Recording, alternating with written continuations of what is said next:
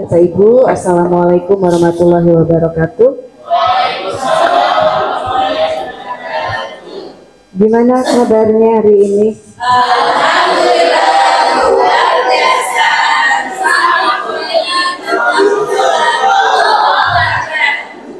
Benar-benar anak SMA ini ya. Ya. Baik Bapak Ibu, tadi sudah diperkenalkan, saya dulu wali murid dari dua anak bujang. Sekarang yang satu sudah kuliah ya, tidak terasa atau terasa banget gitu ya. Terus yang satu lagi yang kecil, doakan ya Bapak Ibu, besok tanggal 28 pengumuman gitu. Memang agak berbeda ya, yang besar itu orangnya cuek. Mungkin ada Pak Ustadznya yang pernah jadi gurunya nggak? Kalau para Ustadz, apa yang terlintas di Bapak Ibu kalau mendengar ini kan sesuatu yang baru yang harus kita terapkan gitu. Apakah ada kegelisahan gitu ya? Maksudnya, wah saya lagi sayang-sayangnya sama kurmer nih. Gimana? Ada yang mau menyampaikan atau biasa aja lah Bu, kita mau ikutin aja guys. Biasa berubah-ubah ya Bapak Ibu ya. Atau gimana? Boleh Bu? Kalau Ibu menyikapi sesuatu yang baru yang dikeluarkan oleh pemerintah. Tujuan ya, dan itu untuk tadi yang disampaikan mencerdaskan anak bangsa. Jadi bukan jadi kunci percobaan ya sayang. Oh boleh, gimana Pak? Gak usah pakai mic kayaknya kedengeran.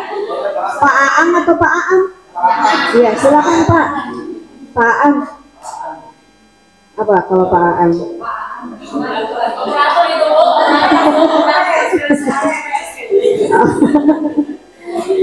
Wah kayaknya Bapak bakalan sibuk karena coding dan AI gitu ya.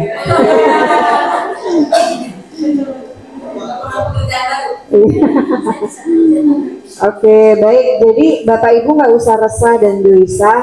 Ini bukan kurikulum baru. Kurikulumnya kita tetap menggunakan kurmer, gitu ya. Tetapi memang ada penataan ulang seperti struktur kurikulumnya Bu, karena kan ada mapel baru ya. Coding dan WA itu menjadi mapel baru untuk yang kalau di SD memang akan dimulainya di kelas 4 Bapak Ibu, nggak dari anak-anak kelas 1 gitu enggak, tapi dari kelas 4. Kemudian kita tidak ada lagi profil pelajar Pancasila Bapak Ibu, kan itu kalau di struktur kurikulum memang masuk ya, ada kokurikuler, sehingga nanti akan ada kokurikulernya bentuknya berbeda begitu ya. Nah Bapak Ibu, pembelajaran mendalam ini merupakan pendekatan, jadi bukan sebuah kurikulum baru, jangan khawatir gitu ya. Hanya saja memang ada beberapa penataan ulang. Ini nggak usah, tadi sudah ya Bapak Ibu, Widya Prada itu apa? Kenapa dari Widya Iswara menjadi Widya Prada gitu kan? Kalau Widya Iswara di setiap kementerian punya Bapak Ibu pelatih di setiap kementerian punya, mau Departemen Pertanian, mau kementerian apa punya. Tapi kalau Widya Prada ini jabatan fungsional yang hanya ada di Kementerian Pendidikan atau di dunia pendidikan saja. Jadi dinas pendidikan pun di beberapa kabupaten kota sudah memiliki gitu ya. Barangkali nanti Bapak Ibu ada yang minat, kan sekarang boleh dari P3K kan ya. Jadi tugas kami adalah lebih fokus ke melakukan penjaminan mutu Bapak Ibu, yang isinya di antaranya ya Bapak Ibu, ada melakukan advokasi ke pemerintah daerah. Jadi kami mengawal kebijakan pusat agar tetap dilaksanakan di daerah. Makanya sekarang mungkin Bapak Ibu lebih sering bertemunya adalah teman-teman di BGP atau sekarang disebutnya BGTK ya. Kita tunggu apakah nanti mereka juga dibubarkan atau enggak gitu ya, karena memang pergerakannya sangat cepat. Nah ya sedih amat Bu, saya juga iya loh Bu, dari Widya Iswara menjadi Widya Prada, kemudian kantornya juga kan berubah nama tapi fungsinya juga berubah ya, tidak menjadi lembaga pelatihan lagi, tapi kami lebih ke bahasa itunya apa ya, bahasa simpelnya mungkin kami salesnya BGP on eksekusi, ya, gitu bahasa ininya. Oke, nah Bapak Ibu, mudah-mudahan hingga sore nanti kita bisa melakukan 4 hal ini. Kita akan bisa membedakan sebenarnya konsep deep learning yang versi dari luar negerinya bagaimana, dan setelah di Indonesia kan menjadi pembelajaran mendalam seperti apa gitu ya. Bukan berarti memang kita adalah bangsa yang hanya suka meniru-niru Bapak Ibu, tapi memang teori-teori yang kita gunakan itu berasal dari luar gitu ya Bapak Ibu, lalu kita adopt. Jadi ada versi luarnya adalah ini yang dijadikan judul, tetapi setelah di Indonesia kan menjadi pembelajaran mendalam gitu ya, atau PM. Bukan karena nama menterinya Pak Mukti, bukan ya, tapi atau kalau dulu kan Mas Menteri, kalau sekarang Pak Menteri. Nah, bukan berarti singkatan itu ya Bapak Ibu. Kemudian kita akan coba menganalisis 3 prinsip dalam pembelajaran mendalam, kemudian juga 3 pengalaman belajar, dan 8 dimensi profil lulusan. Kurang profil ya, DPL ya, kita singkat nanti DPL gitu Bapak Ibu. Kemudian kita akan coba merancang pembelajaran mendalam sesuai mapel Bapak Ibu masing-masing gitu ya.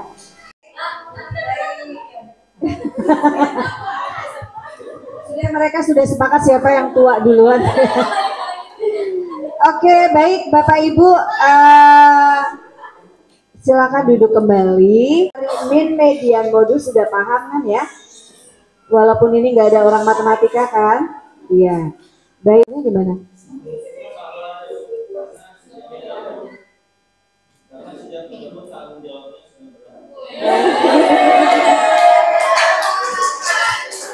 Coba hasilnya gimana? Oh, itu modus ya. Gimana?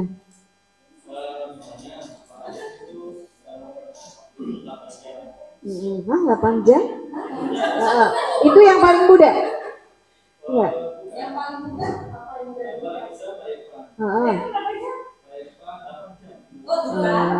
Oke.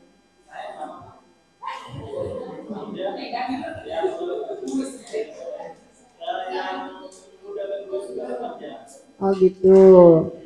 Jadi paling tua. Oke. Ada korelasi. Betul. Tapi yang ibu-ibu tidurnya lebih sebentar ya. Apakah pengaruh terhadap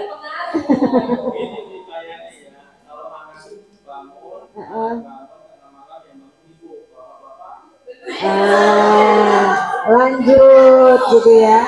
Oke. Iya.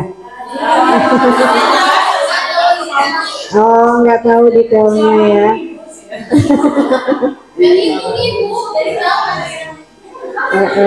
Oke. Lalu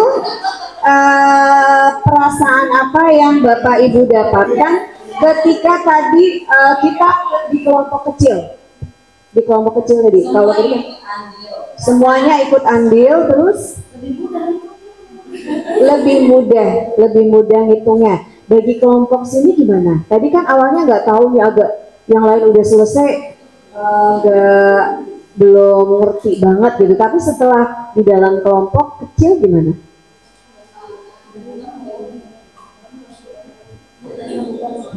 Iya. Oh, lupa. Oke, baik. Pengalaman belajar apa yang Bapak Ibu dapatkan dari game tadi? Pengalaman apa? Merecall ingatan, kemudian apa lagi?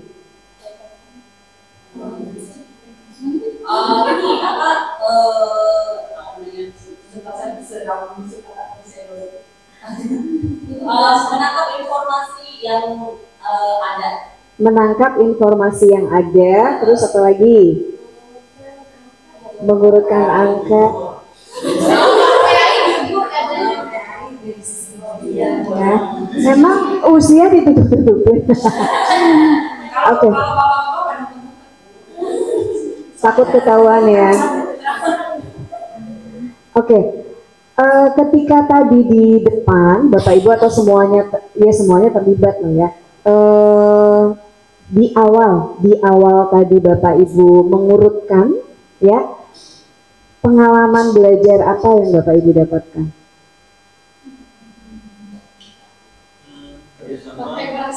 Kerjasama, terus komunikasi, pengendalian. Mana yang paling mudah gitu ya? Oke. Dari ibu-ibu apa? Apa Bu? Kepekaan. Kok bisa? Oh, kan pakai kode boleh. Boleh pakai kode kan? Cuma nggak boleh bersuara aja. Gimana? Oh, baik. Memahami bahwa komunikasi itu bukan hanya verbal.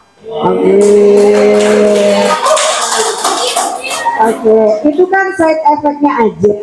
Tapi sebenarnya gini Bapak Ibu, ketika Bapak Ibu semuanya tadi diminta maju mengurutkan berdasarkan usia, itu adalah penanaman konsep dulu, gitu ya. Penanaman konsep kan, bahwa kalau kita mau menghitung min, median, modus, datanya harus urut dulu nih. Jadi diminta membuat urutan, lalu karena ini adalah hanya recall, bukan menanamkan konsep yang baru, Bapak Ibu sudah ketemu. Mencari min itu, oh rata-rata, tinggal dihitung, dijumlah, karena ini datanya udah urut, dibagi, kalau min sebenarnya nggak harus urut ya, dibagi jumlah orangnya gitu ya, karena Bapak Ibu sudah pernah mengenal itu, sudah pernah sekolah. Kemudian yang berikutnya adalah, oh ternyata menanamkan konsep itu bisa dengan games loh, ya kan Bapak Ibu. Jadi nggak perlu yang kayaknya tuh membuat anak-anak pusing atau gimana gitu ya. Kemudian ketika Bapak Ibu berkelompok, tadi pengalamannya apa jadi lebih gampang Bu, karena kan bisa diskusi gitu ya. Terus apa lagi? Pengalaman apa yang didapatkan? Kerjasama ya, jadi di sana ada kerjasamanya. Kemudian, nah sebenarnya itu adalah tahapan yang lebih tinggi Bapak Ibu dibandingkan hanya mengenal konsep min, median, modus. Tapi Bapak Ibu sudah mulai mendalami dari usia, kemudian lanjut ke apa tadi, lamanya tidur, atau nanti ketika kita ke anak-anak di SMA masih ada nggak sih min, median, modus? Jadi ada ya.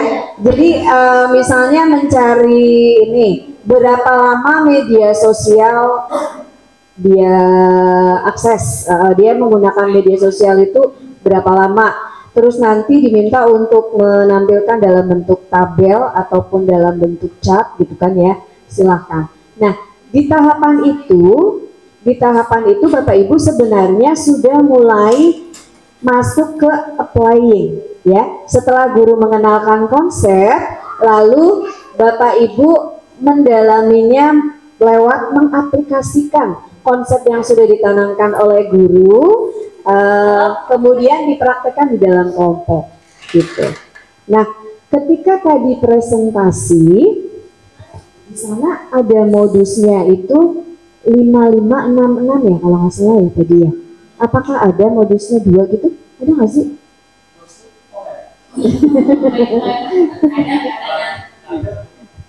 Boleh ya, modusnya 2 boleh ya? Kan datanya tadi berlima ya Bu ya? Berlima, modusnya 2. Atau kita bisa menyebut itu nggak ada modus gitu Pak?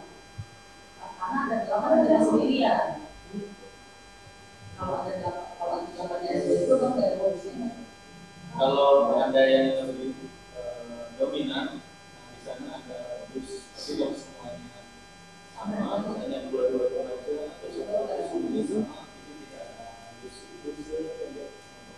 Karena tadi di sana 5 ya, 5 data ya. lima data menjadi modus. Oke, baik ya. Oke, jadi di tahapan itulah kita sebenarnya ketika kita meminta anak-anak berkelompok itu sudah mulai masuk ke dalam tahapan deep learning ya.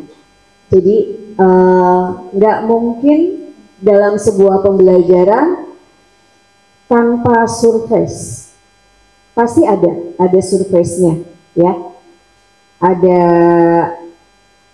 di permukaannya, tapi lalu kemudian Bapak Ibu kita akan membuat pembelajaran kita menjadi deep.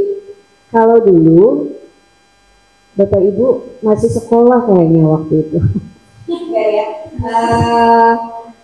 Kita mengenal high order thinking skill ya, high order. Sebenarnya ini sama dengan high order thinking Bapak Ibu ya, sama ya Bu ya. Kalau biasanya kan soal hot. Nah, kalau ini enggak, kita akan memulai dari pembelajarannya itu sudah high order thinking gitu. Nah, menuju ke deep learning pasti Bapak Ibu harus surface dulu, mengenalkan dulu konsepnya gitu ya. Hanya saja yang terjadi di Indonesia adalah Bapak Ibu ininya nggak nyampe ya. Teman-teman kita lebih banyak di sini dan berhenti gitu. Kalau nggak salah sebelum kita lari ke K13 apa ya? Iya, sebelum ke K13 kita ada itu yang tapi dikenalkan ke high order thinking skill waktu itu ya. Nah, sebenarnya apa itu deep learning Bapak Ibu? Jadi Indonesia itu mengadop kepada para ahli pendidikan di Australia ya. Bukunya ini nanti Bapak Ibu boleh, kalau mau baca aslinya boleh, ada yang berminat. Nanti saya kirim ke Bu Resina atau ke Bu Arni ya. Jadi ini juga merupakan pendekatan, bukan sebuah kurikulum Bapak Ibu, di luar negerinya pun pendekatan yang berfokus mengembangkan kompetensi global 6C ya. Jadi kalau dulu di K13 kita sudah kenal 4C, ini ditambah 2 lagi. Dulu 4C kan? Ingat gak? K13 apa aja? Critical thinking, terus komunikatif dan kolaboratif ya. 4 itu kan. Nah, ternyata Bapak Ibu kalau di deep learning itu kecakapan abad 21-nya ada 6. 2-nya apa tambahannya? Tambahannya adalah apa Bapak Ibu? Nih. Citizenship dan karakter ya.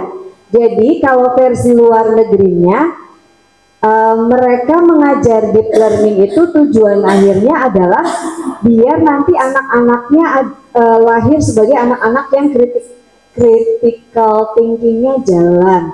Dia bisa berkolaborasi, bisa berkomunikasi, sadar sebagai warga negara ya, citizenship, dan memiliki karakter. Tujuan akhir pembelajaran di deep learning itu seperti itu ya, versi luar negerinya. Lalu ini nggak usah dibahas ya karena ya sudah tahu Bapak Ibu. Itu hanya terjemahan dari 6C tadi. Kemudian ketika Indonesia mengadop namanya menjadi pembelajaran mendalam Bapak Ibu, ini Puskurja itu pusat kurikulum dan penilaian dan pembelajaran ya. Nah, latar belakangnya apa? Kenapa harus ada PM? Kenapa sih Indonesia ikut-ikutan gitu kan ya Bapak Ibu? Lagi nyaman-nyamannya nih pakai Kurner gitu kan.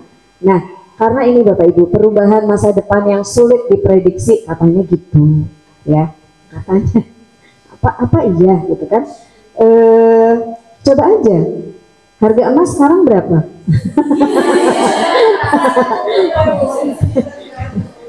hampir 2 juta lah ya per gram, coba bayangkan Padahal dulu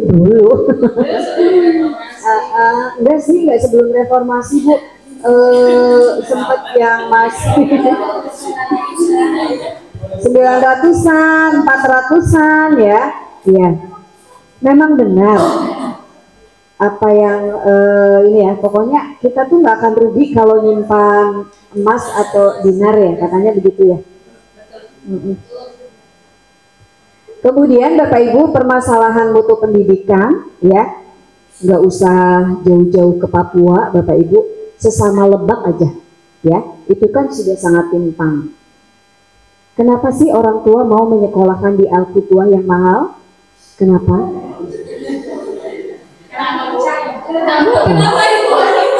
Kok ibu kok nggak nyekolahin anaknya di negeri gitu ya?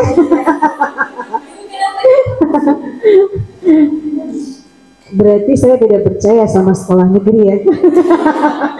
Kurang lebih begitu ya Bapak Ibu. Jadi memang ada harapan yang besar orang tua menyekolahkan anaknya di sekolah-sekolah swasta Bapak Ibu. Harapannya ya mereka berbeda dari sekolah negeri. Emang sekolah negeri, bukan berarti sekolah negeri jelek semua, bukan ya Bapak Ibu ya.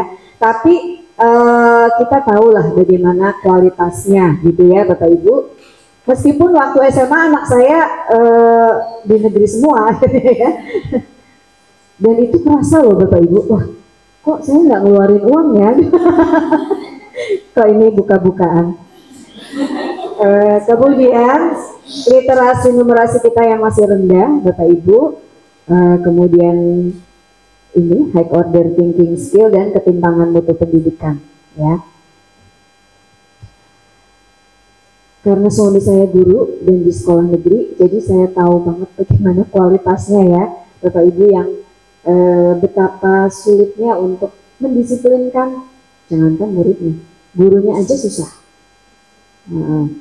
Kebetulan suami saya belum menjadi kepala sekolah dan nggak mau jadi kepala sekolah di SMP ya.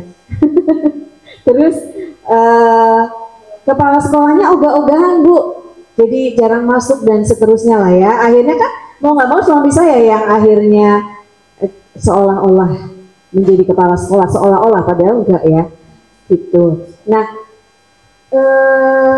dan yang dicurhatin ya gimana ya, membentuk disiplin gurunya saja susah gitu ya Bapak Ibu.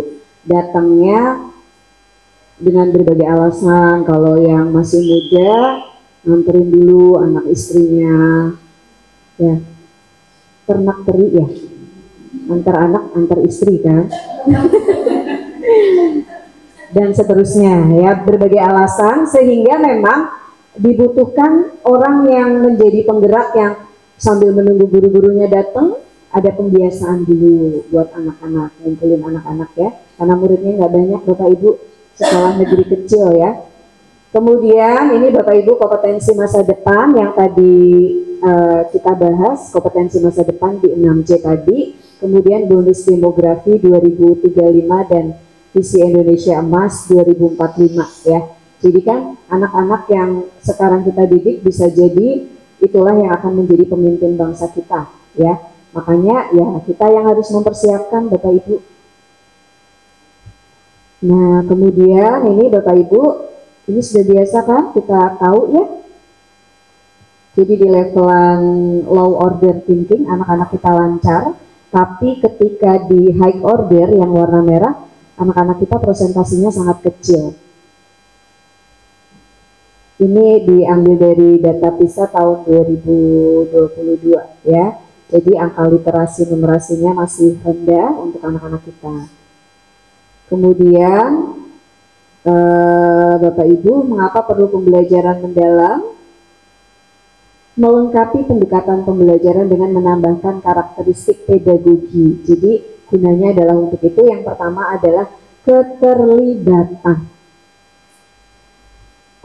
Kita akan memuliakan siswa kita dengan melibatkan semua murid gitu ya Bapak Ibu, tidak hanya anak yang mau saja, bukan, tapi kita libatkan semua murid sehingga mereka merasa dihargai. Maju satu maju semua misalnya, tapi waktunya nggak cukup ya biasanya ya kalau maju satu maju semua. Kemudian berkesadaran, memuliakan, kemudian pengembangan budaya belajar, pemanfaatan teknologi digital dan multi interdisiplin ilmu. Nah ini Bapak Ibu, nanti kita P5-nya berubah menjadi ini, proyek lintas mapel. Jadi kita akan menggabungkan CP-CP yang bisa beririsan menjadi sebuah proyek gitu ya, co-kurikulernya nanti seperti itu. Kemudian ini Bapak Ibu pengertian dari pembelajaran mendalam ketika sudah di Indonesia kan, pendekatan yang memuliakan. Jadi kita akan memuliakan murid kita dengan menekankan kepada penciptaan suasana belajar. Kita bangun dulu suasana belajarnya menjadi ini ya, berkesadaran, kemudian bermakna, meaningful, dan menggembirakan, joyful gitu ya. Bukan membahagiakan tapi menggembirakan melalui olah pikir, olah hati, olah rasa, olahraga, sehingga nanti tujuan akhirnya adalah terbentuk 8 profil lulusan itu DPL. Nah kalau tadi di deep learning itu kan cuma 6 ya kan, 6C. Tapi di versi Indonesia menjadi 8. Tambahannya apa? Ini Bapak Ibu. Tadi karakter ya. Karakter itu kalau di Indonesia ini beriman dan bertakwa kepada Tuhan Yang Maha Esa. Kemudian citizenship-nya menjadi kewargaan. Mungkin kalau kemarin ini kebinekaan global ya Bapak Ibu ya. Jadi tidak hanya bicara tentang menyadarkan dia sebagai warga, tetapi juga kalau kewargaan, bedanya apa sih orang PKN? Kewargaan sama kewarganegaraan. Apa Bu? Mana?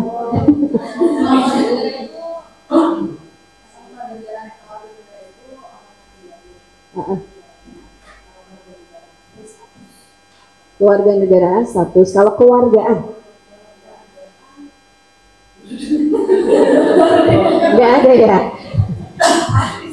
Ada ini. Jadi ini lebih luas daripada kewarganegaraan itu sendiri gitu. Sebenarnya ini menggantikan kebinekaan global ya Bapak Ibu. Tidak hanya sekedar bicara tentang dia harus taat aturan, dia dari mana maka itulah yang harus dia taati, kan enggak. Tapi ini lebih bicara tentang bagaimana dia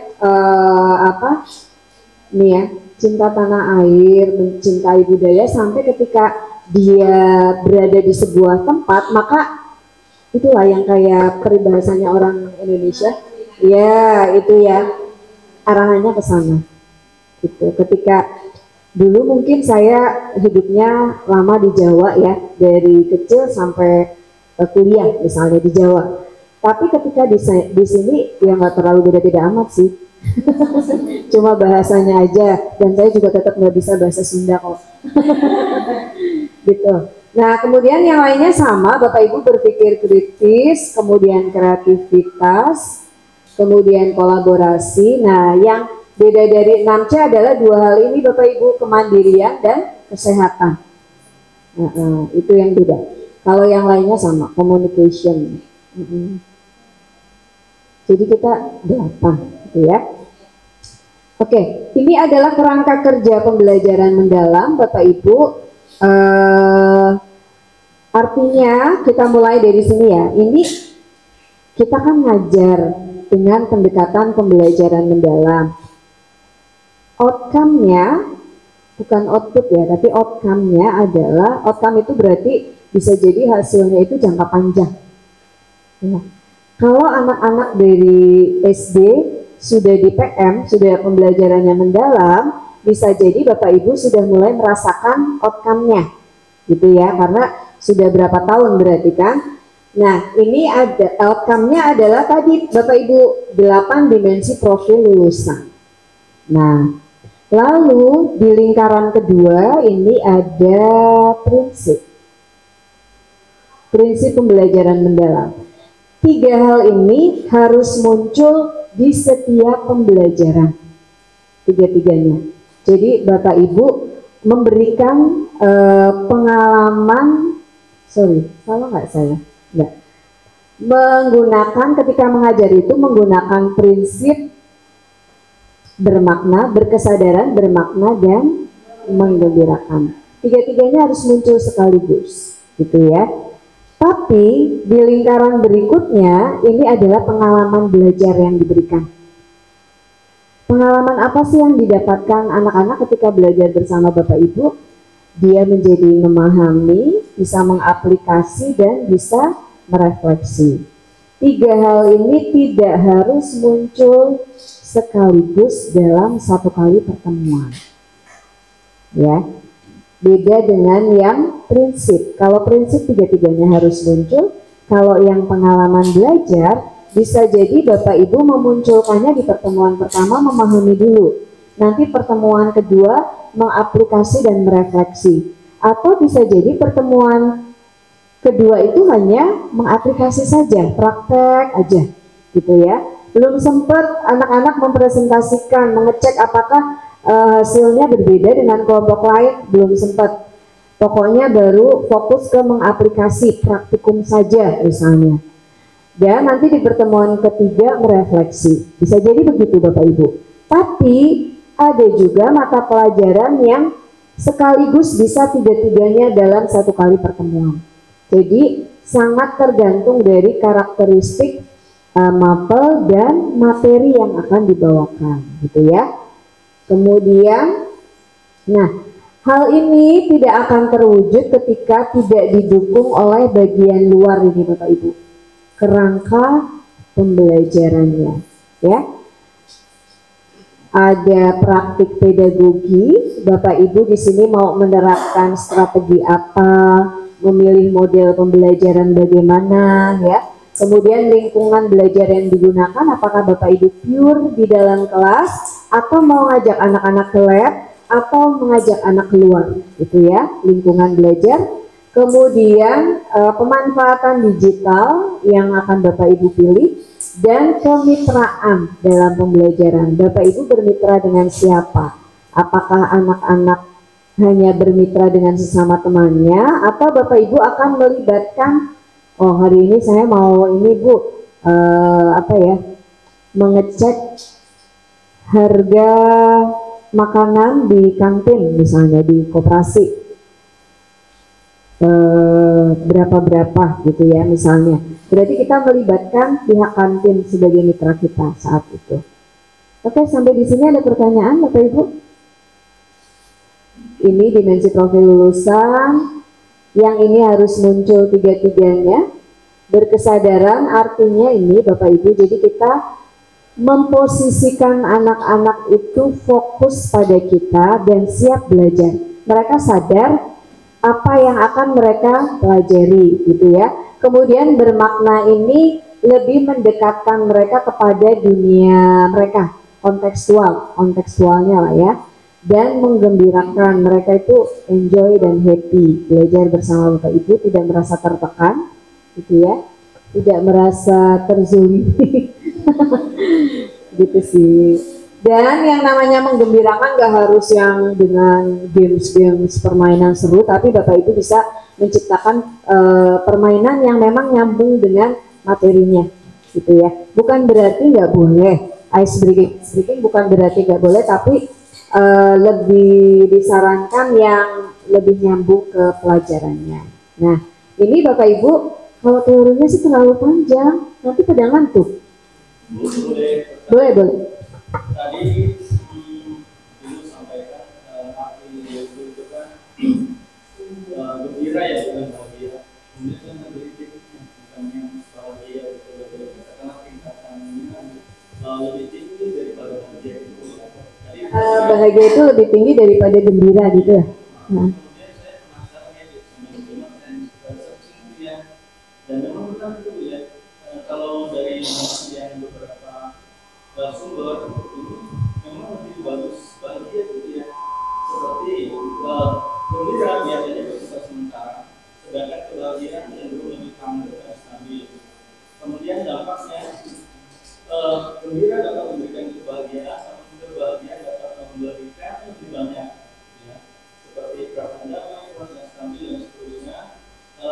ada saya baca di tiga sumber juga, Symbiose, kemudian Ivana, dan itu memang lebih katakanlah tingkatannya lebih tinggi bahagia daripada kenapa kita tidak mengambil ya kalau kemarin kita kan mengenalnya ini ya well-being ya kan di kurmer kemarin lebih ke well-being ya. Well-being itu adalah siswa yang sejahtera atau bahagia gitu.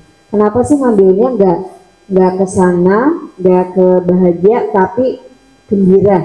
Nah, karena ini hanya diukur dalam satu kali pertemuan gitu loh Pak. Kalau dari ininya saya ya, penangkapan saya, kenapa pemerintah tidak mengambil ke arah bahagia apa sih bahasa happiness, joyful. Kalau di bahasa Inggris kan jadi apa? Kalau joyful kan mengembirakan, kalau bahagia happiness, kebahagiaan ya, membahagiakan. Jadi memang bahagia itu lebih paten dibandingkan gembira. Kalau gembira kan kesannya ya udah saat itu aja dia sementara gembira bahagia enggak ya, beda ya. Ya lebih happy, lebih senang ya. Kalau gembira itu lebih senang gitu ya. Senang belajar bersama Bapak Ibu gitu. Karena momennya hanya di pertemuan itu gitu loh Pak. Sepertinya sih mengarahnya ke sana. Kenapa mengambilnya joyful bukan happiness atau well-being gitu. Well-being malah lebih tinggi dari happy ya. Gitu sih Pak. Boleh. Mungkin karena itu kan berbeda melakukan ya. Nah sementara lain tadi juga positif itu diberikan di awal kan ya. Bagaimana siswa itu ketika mulai belajar semuanya harus maksudnya dengan proses tadi. Nah mungkin sulit juga bagaimana hanya dengan di waktu awal itu kita memberikan happiness kepada siswa itu levelnya terlalu tinggi sehingga memilih setidaknya menggembirakan tadi kesadaran bermakna dan menggembirakan. Tiga ini Bu tidak hanya muncul saat di awal. Ya, tapi sebelum belajar yang dilakukan masih sebelum nanti baru yang lain tadi kayak apa mengambil. Kalau ini kan harus muncul itu dalam sekali tayang, tiga-tiganya dalam sekali pertemuan dia harus muncul. Berbeda dengan pengalaman. Kalau pengalaman memang kita boleh salah satu, salah dua, atau salah tiga boleh kita munculkan. Nah, kalau itu harus tiga-tiganya. Nah, tiga-tiganya harus muncul, tapi ini terjadi di sepanjang pembelajaran. Agak sedikit berbeda dengan ini tuh. Kalau yang ini Bapak Ibu,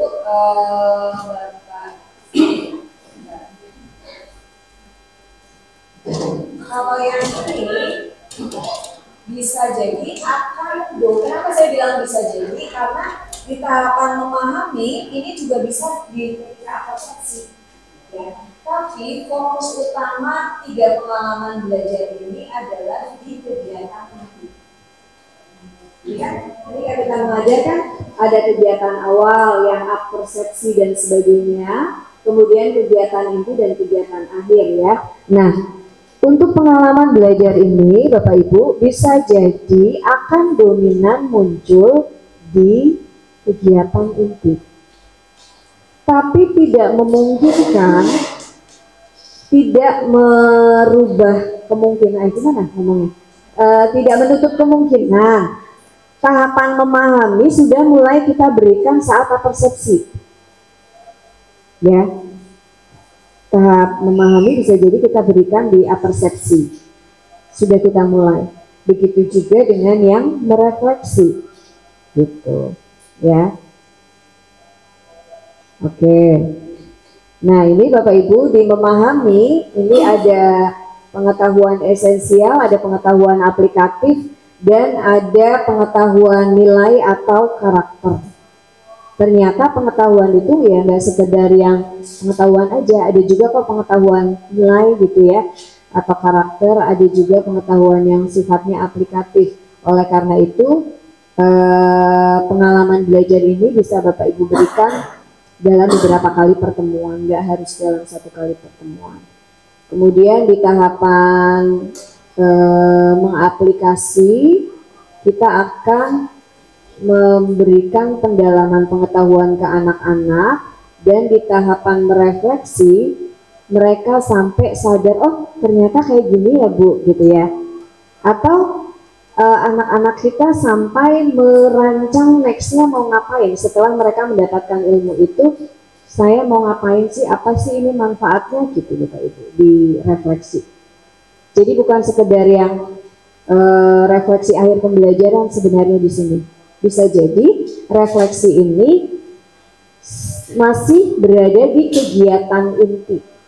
Saat misalnya setiap kelompok mengkonfirmasi hasil eksperimen mereka gitu ya, hasil pendataan mereka kalau yang di IPS misalnya, atau kalau di bahasa sepertinya majas kamu masih salah deh gitu ya misalnya, sampai anak-anak tuh bisa memunculkan begitu Bapak Ibu ya di tahapan refleksi di sini. Merefleksi di sini tidak hanya sekedar yang di akhir pembelajaran. Kemudian ini adalah penjelasan satu-satu ya Bapak Ibu memahami itu karakteristiknya. Ini menghubungkan pengetahuan baru dengan pengetahuan sebelumnya, jadi bisa jadi ini muncul ya obsesi, bisa jadi ya.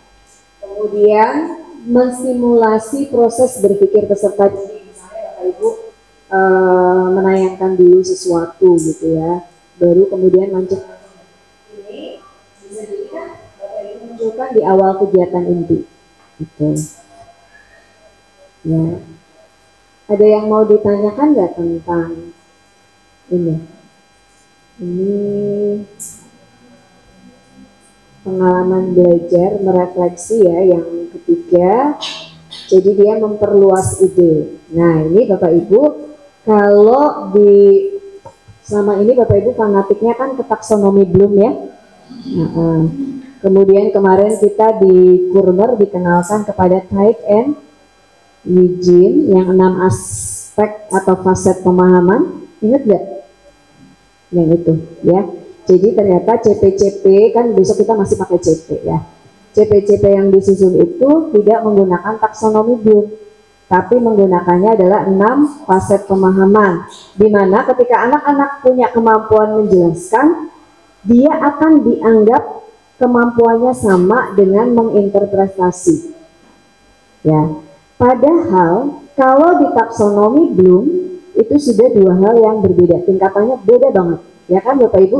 Menjelaskan itu ada di C2, tapi menginterpretasi C4 gitu. Kalau di CP kita dianggap sama, CP yang sekarang kita gunakan.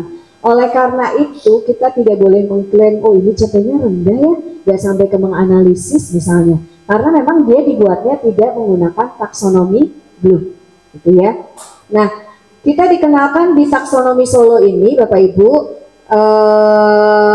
kalau kita bandingkan akan menjadi begini ya.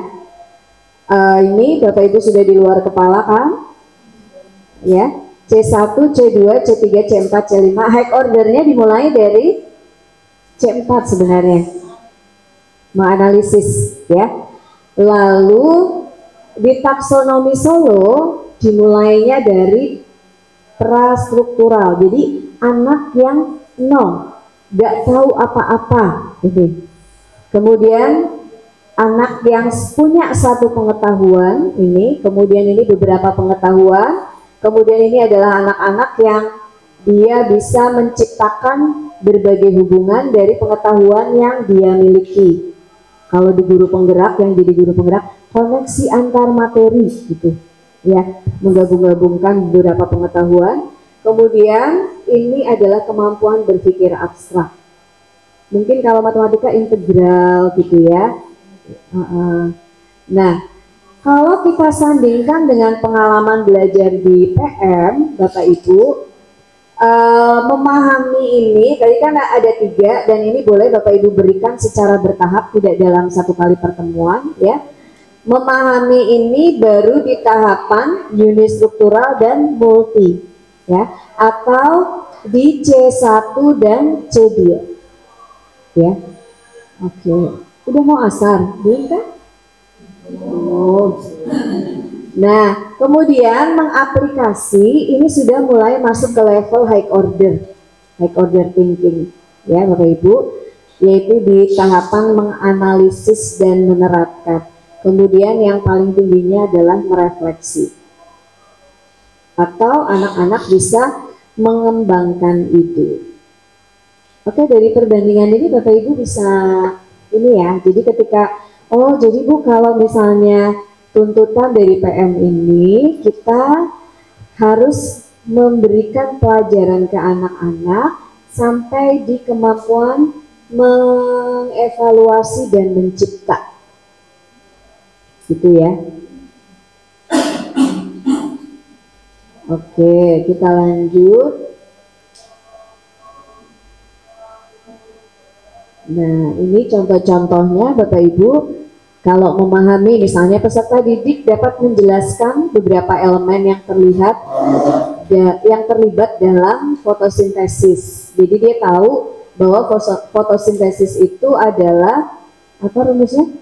CO2 plus H2O menghasilkan apa? Dia tahu gitu. Kemudian mengaplikasi, dia bisa menerapkan proses fotosintesis dan keterkaitannya dengan isu ketersediaan pangan.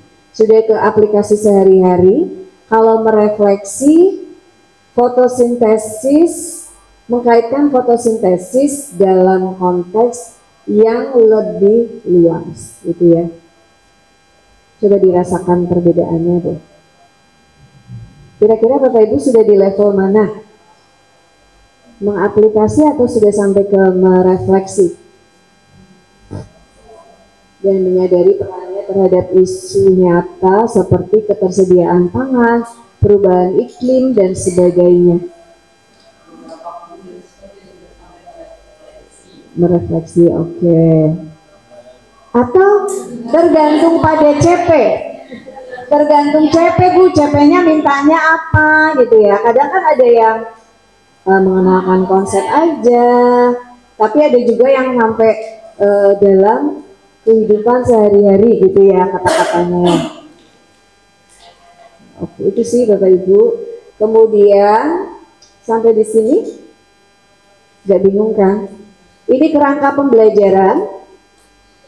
Kan ini idealnya 4. Bapak Ibu boleh memunculkan 2. Minimal praktik pedagogi dengan lingkungan pembelajaran. Ya. Kalau praktik pedagogi itu ya meliputi Bapak Ibu hari itu mau menerapkan model apa, strateginya bagaimana. Kalau lingkungan Bapak Ibu mau menggunakan apa aja nih, apa ya, perpus mau dipakai nggak, lab mau dipakai nggak, lebih seperti itu sih. Jadi tidak harus 4-4-nya muncul, minimal 2 saja ya. Pemanfaatan digital, apakah Bapak Ibu hari itu menggunakan Google Form untuk atau Quizzes atau Word Wall misalnya ya. Kemudian kita akan coba menganalisis ya Bapak Ibu, contoh ini nanti bisa dibaca, filenya akan saya bagi. Nah, sekarang ke RPP-nya. Kenapa sih Bu ujung-ujungnya ngerancang RPP gitu ya? Bapak Ibu harus memulai dari ini, melakukan identifikasi muridnya seperti apa. Apakah di PM ini kita masih harus menerapkan diferensiasi Bu? Iya. Yang kemarin-kemarin Bapak Ibu sudah dapatkan nggak dihilangkan gitu ya. Kemudian setelah melakukan identifikasi seperti misalnya dimensi profil lulusan yang mau kita tuju apa gitu kan, nggak harus 8-8-nya muncul Bapak Ibu, cukup 3 saja dari dalam satu pertemuan. Nggak cukup sih, maksudnya kalau mau memunculkan semua boleh, kalau memilih 3 boleh ya, minimalnya 3.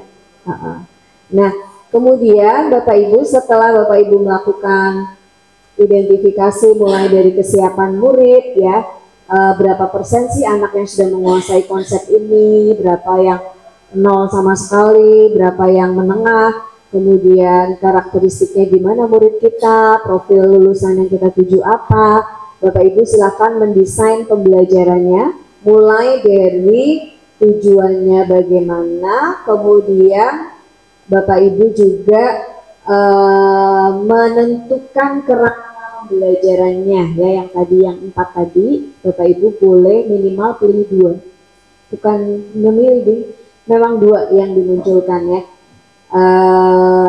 Praktek pembelajaran minimalnya dan lingkungan belajar. Kemudian ini komponen yang tidak wajibnya adalah menentukan topiknya apa sama lintas disiplin ilmunya apa. Ini sama, kemudian pengalaman belajarnya apa yang akan Bapak Ibu berikan di kegiatan intinya, kemudian assessment. Nah, nanti ini RPP-nya formatnya seperti ini Bapak Ibu. Komponen minimum perencanaan pembelajaran. Nggak kelihatan ya? Dimensi profil lulusannya apa?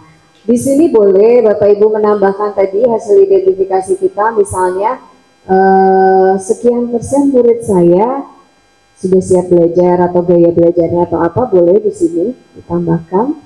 Tapi tidak wajib gitu ya. Kemudian dimensi profil lulusan, kalau ini kan ditulis semua, tinggal checklist. Hari itu Bapak Ibu mau menuju yang mana ya. Kemudian tuliskan tujuan pembelajaran, ini desain pembelajarannya, praktik pedagogi dan lingkungan belajar aja sih yang wajib dimunculkan. Yang lainnya sunnah ya Bapak Ibu. Jadi kalau dikerjakan mendapat pahala ya. Kemudian ini pengalaman belajarnya, jadi ini dimulai dari kegiatan awal, kegiatan inti sampai akhir, dan yang terakhir adalah assessment. Jadi kita sekarang akan mencoba mengkritisi. Saya kirim ke